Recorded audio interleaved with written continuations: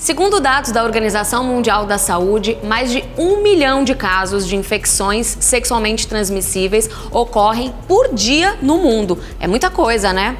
É preciso se prevenir e frear esses números que só aumentam. E hoje, que é o Dia Mundial da Luta contra a AIDS, a gente vai conversar sobre esse assunto com o Daniel Diógenes, que está de novo aqui com a gente, é ginecologista. Daniel, não se usa mais o termo DST, mudou para IST, é isso? Doença é quando você tem a manifestação clínica do problema. Então você pode ter a doença AIDS, com as manifestações, a queda da imunidade, por exemplo, e uma hepatite B ou C com as doenças do fígado, com o fígado que não funciona como deveria funcionar. E você pode ter a presença do vírus no organismo sem manifestar os sintomas. Daí essa mudança de nomenclatura, porque a infecção seria a presença do vírus, a presença da bactéria, e a doença seria a manifestação clínica desse vírus.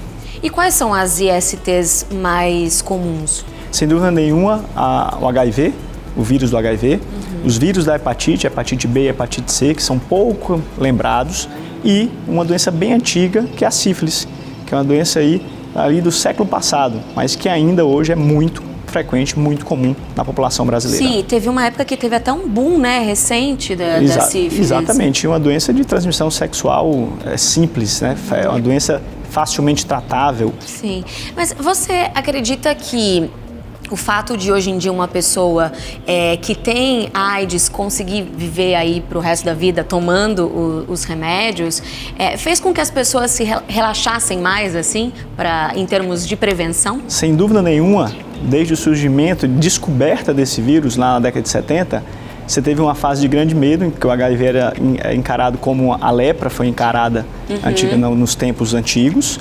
E depois, com o surgimento de drogas em que mantém sob controle a doença, as pessoas começaram a relaxar. E aí você começa a ter uma liberdade sexual maior.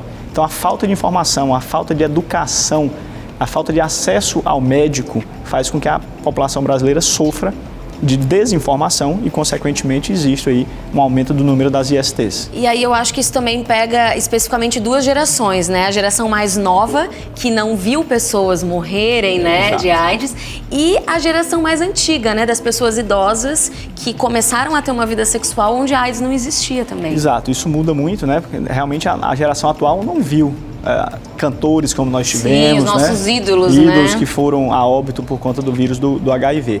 Né? Então, mas existe, por exemplo, uma parcela da população, que você falou em idoso, existe uma parcela ali, e aí entra um outro viés na coisa, que é o surgimento das pílulas de ereção, da volta da sexualidade para o homem em idades avançadas. Sim.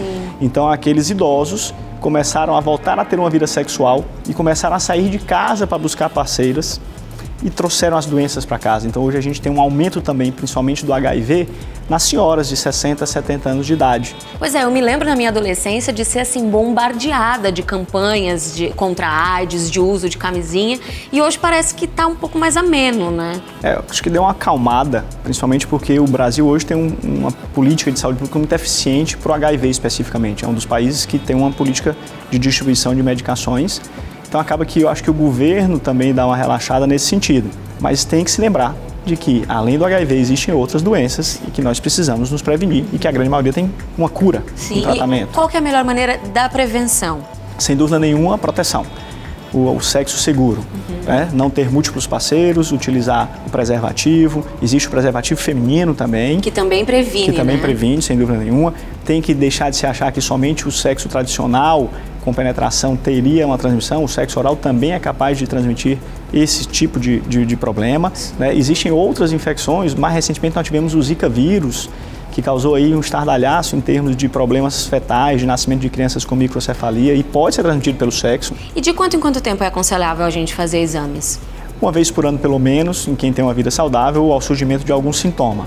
A grande maioria das doenças terá um tempo para se manifestar. Demora um pouquinho, Isso não é tão rápido. Então não adianta você ter, por exemplo, uma atividade sexual desprotegida hoje e amanhã está colhendo um exame para HIV, porque ele vai dar negativo. Então você teria pelo menos aí um período de 30, 60, 90 dias para que você tenha um exame positivo para um HIV, por exemplo. Sim. Sem dúvida nenhuma. Mas, por exemplo, quando a gente fala de hepatites, as hepatites demoram anos para se manifestar.